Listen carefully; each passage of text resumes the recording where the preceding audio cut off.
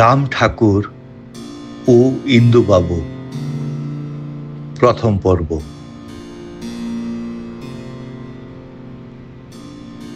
উৎস: কলকাতা বিশ্ববিদ্যালয়ের ইতিহাস বিভাগের আশুতোষ অধ্যাপক ও শ্রী শ্রী রাম ঠাকুরের পরম ভক্ত ও পার্ষদ ডক্টর ইন্দুভূষণ বন্দ্যোপাধ্যায় মহাশয়ের লেখা গ্রন্থ রাম ঠাকুরের কথা।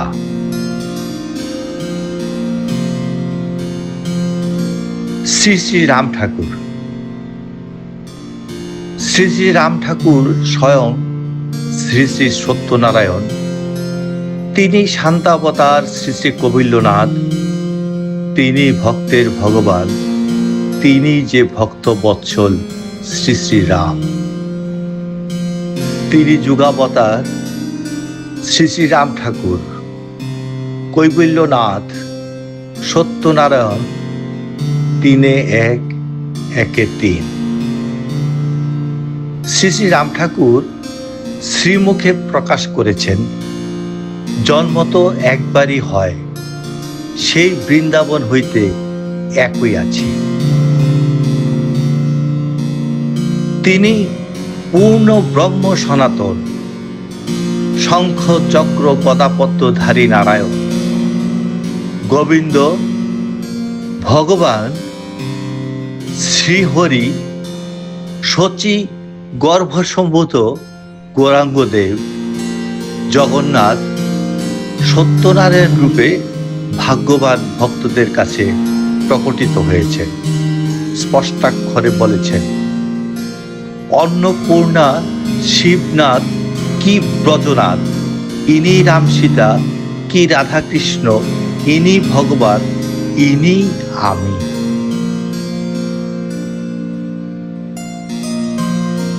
ইন্দুবাবু।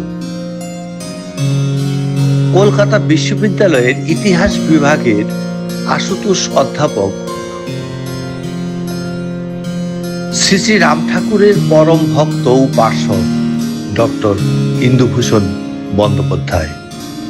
শ্রী শ্রী ঠাকুরের আরেক পার্ষদ বরদাবাবু ঠাকুরের নিকট প্রথম সাক্ষাতে ইন্দুভূষণ বন্দ্যোপাধ্যায় মহাশয়কে ইন্দুবাবু বলে পরিচয় করিয়ে দেওয়ার পর ঠাকুর তাকে ইন্দুবাবু বলে ডাকতেন।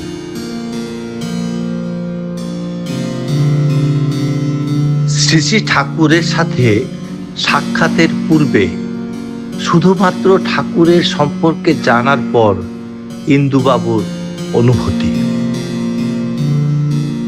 তিনি লিখেছেন, আমি তখন 25-26 বছর বয়স্ক তরলমতি যুবক। বিশ্ববিদ্যালয়ে অধ্যাপনা ও কিছু কিছু ঐতিহাসিক গবেষণার প্রাথমিক চেষ্টা, গান্ধীবাদ, রাজনৈতিক পরিস্থিতি, ক্রিকেট, ফুটবল, সিনেমা, থিয়েটার ইত্যাদিতে বেশ মশগুল হইয়া আছি। দাবা খেলিয়া ও বন্ধু বান্ধবদের সঙ্গে রহস্য আলাপেও অনেকটা সময় কাটাইয়া দিই। এহেন যে নিতান্ত বহির্মুখ আমি, সেই আমাকেও সব ভুলাইয়া একটা প্রবল আকর্ষণে টানিতে লাগিল। এ যে কি আকর্ষণ এবং ইহার যে কি শক্তি, তাহা বলিয়া বুঝানো যাইবে না। যিনি কখনো ইহা অনুভব করিয়াছেন, শুধু তিনি বুঝিতে পারিবেন। শ্রী শ্রী রাম ঠাকুরের সাথে ইন্দুবাবুর প্রথম সাক্ষাতের দিনের অনুভূতি। তিনি লিখেছেন, এইটি আমার জীবনের একটি অতি শুভ দিন, কিন্তু নিতান্ত দুঃখের বিষয় যে তারিখটা কিছুতেই স্মরণ করিতে পারিতেছি না। শুধু এইটুকুই মনে পড়ে যে সময়টা ছিল শীতকাল, সম্ভবত 1920 খ্রিস্টাব্দের জানুয়ারি কি ফেব্রুয়ারি মাস। আমরা ঘরে ঢুকিতেই বরদাবাবু ইন্দুবাবু বলিয়া আমাকে ঠাকুরের নিকট পরিচিত করিলেন। আমি প্রণাম করিয়া উঠিতেই ঠাকুর জিজ্ঞাসা করিলেন, ভালো আছেন? দুইটি মাত্র কথা, কিন্তু ইহাতে যে কি ছিল তাহা আমি কিছুতেই বুঝাইয়া বলিতে পারিব না।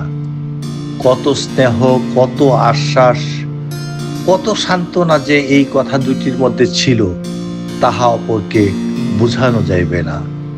শুধু ইহাই বলিতে পারি যে আমি নিঃসন্দেহে বুঝিলাম যে তিনি আমাকে আপন করিয়া লইলেন। তিনি আরো বলেছেন, তিনি যে আমার অত্যন্ত আপনার জন ইহা যেন স্পষ্ট বুঝিতে পারিলাম। একটা বিপর্যয় হইয়া গেল। আমার বিদ্যাভিমান, আমার সমস্যা, আমার বিচার বিতর্ক সবই যেন স্রোতের মুখে তৃণের মতো ভাসিয়া গেল। আমি অজানিতে ঠাকুরের নিকট আত্মসমর্পণ করিয়া বসিলাম।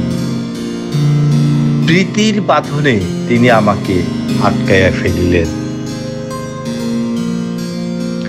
শ্রী শ্রী রাম ঠাকুর সম্পর্কে ইন্দুবাবু আরো বলেছেন, ঠাকুরের দুর্নিবার আকর্ষণে কত তর্ক, কত যুক্তি শ্রুত মুখের তৃণের মতো ভাসিয়া গিয়াছে।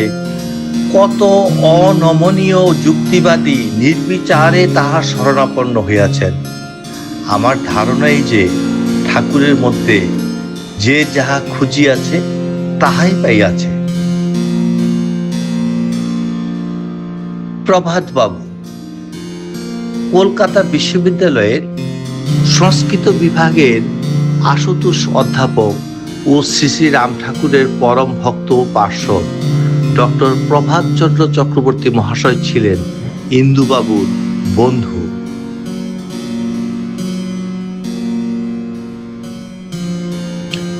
ইন্দুবাবুর বাসায় প্রভাতবাবুর শ্রী শ্রী ঠাকুরের সাথে সাক্ষাৎ।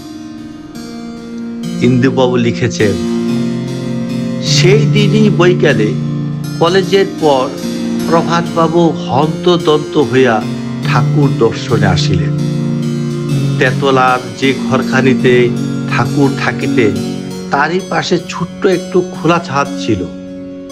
ঠাকুর তখন সেই ছাদে একখানা চেয়ারে বসিয়াছিলেন। আমিও বরদাবাবু নিকটেই ছিলাম। প্রভাতবাবু আসিয়াই গায়ের জামা খুলিয়া ফেলিলেন এবং তাহাকে আরো পূর্বে কেন সংবাদ দেওয়া হয় নাই সেজন্য আমাকে ও বরদাবাবুকে খুব একচোট গালাগালি করিলেন। পরে ঠাকুরের সঙ্গে সামান্য দুই একটি কথা বলিয়াই হঠাৎ তাহার সম্মুখে হাঁটু গাড়িয়া বসিলেন এবং তাহার শ্রীচরণ দুইখানি দুই হাতে বুকের উপর চাপিয়া ধরিয়া অপলক দৃষ্টিতে ঠাকুরের দিকে চাহিয়া গীতার 11 অধ্যায় আগাগোড়া আবৃত্তি করিয়া গেলেন। ঠাকুর স্থির, নিষ্পলক, নিষ্পন্দ, মনে হইল তিনি যেন এ জগতে নাই। ঠাকুরের তখনকার সেই মূর্তি বর্ণনা আমি করিয়া বুঝাইতে পারিব না।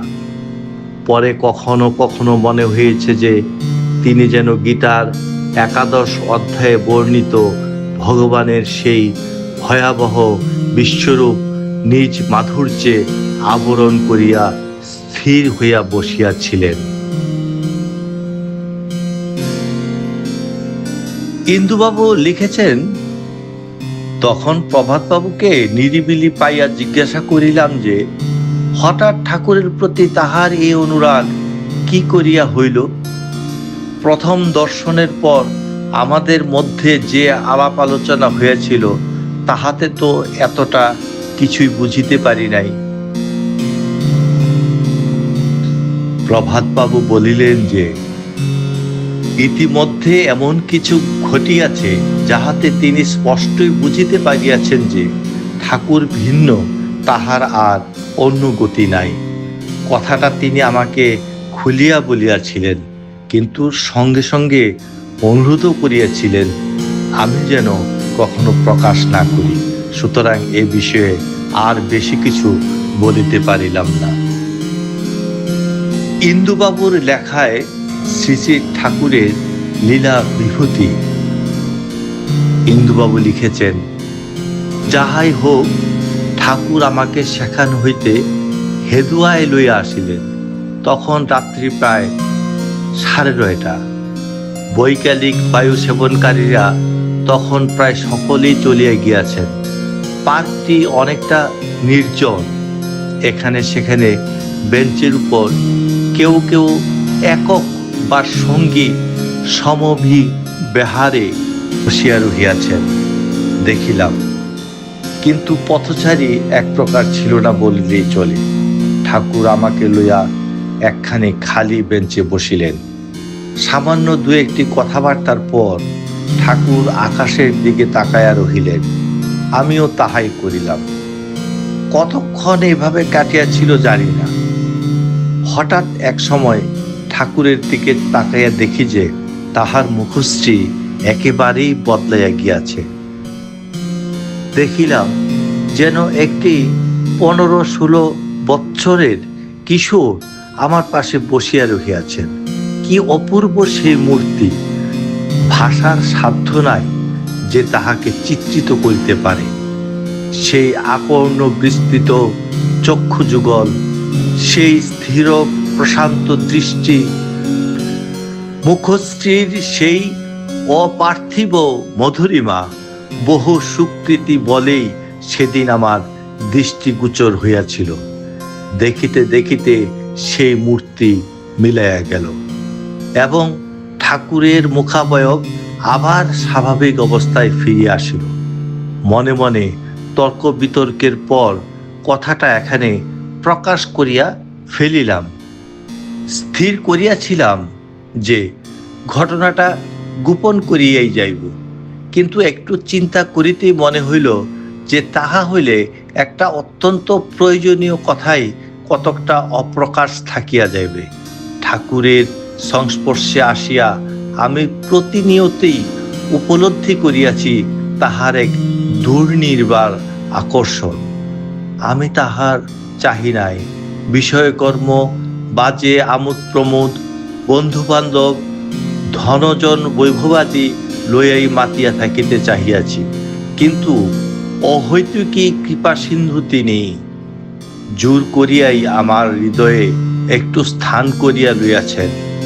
ঠাকুরের সংস্পর্শে আসিবার পর এরূপ ছোট ছোট ঘটনা আমার জীবনে আরো কয়েকবার ঘটিয়াছে এবং নিঃসন্দেহে বুঝিতে পারিয়াছি যে এগুলি তাহারই অনুগ্রহ। তাহার প্রতি আমার আকর্ষণ অটুট রাখিতে ইহারা যথেষ্ট সাহায্য করিয়াছে। শান্তি কিসে পাওয়া যায় বলতে পারেন? এক ভদ্রলোক এক সময় ঠাকুরকে জিজ্ঞাসা করিলেন। উত্তরে ঠাকুর বলিলেন, শান্ত হইলেই শান্তি পাওয়া যায়। ছোট্ট একটি বাক্য, অথচ কি সুন্দর, কি মর্মস্পর্শী! কথাটা লইয়া আরো কিছুক্ষণ আলোচনা চলিয়াছিল মনে আছে, এবং ঠাকুরের কথায় আমি ইহাই বুঝিয়াছিলাম যে শান্তির উপাদান বাহিরে অনুসন্ধান করা বৃথা। নিজের ভিতরেই তাহার অনুসন্ধান করিতে হইবে। বাহিরে খুঁজিয়া ধন জন বৈভবাদি পাইলেও পাইতে পারো, কিন্তু শান্তি পাইবে না। আমরা অনেক সময়ে ভাবি যে সংসারের যাবতীয় কর্ম সমাধা করিয়া পুত্র কন্যার সম্বন্ধে যথা কর্তব্য সম্পাদন করিয়া শেষ বয়সে মহানন্দে ঠাকুর সেবায় ও আত্মচিন্তায় নিমগ্ন হইয়া থাকিব। কিন্তু এরূপ চিন্তার মূলে কোনো যৌক্তিকতা নাই। একজন সাধুর মুখে শুনিয়াছিলাম, সমুদ্র শান্ত কল্লোলে স্নাতুমিচ্ছান্ত বর্বরা। সমুদ্রের পারে দাঁড়াইয়া ঢেউ থামিবার আশায় অপেক্ষা করিয়া থাকিলে ইহ জীবনেও আর স্নান করা হয় না। সংসার তরঙ্গ তদ্রূপী, ইহা কখনো থামিবে না। স্নান করিতে হইলে এই তরঙ্গের মধ্যে হাবুডুবু খাইয়াই তাহা করিতে হইবে। তরঙ্গ শান্ত হইবে না, শান্ত নিজেকেই হইতে হইবে।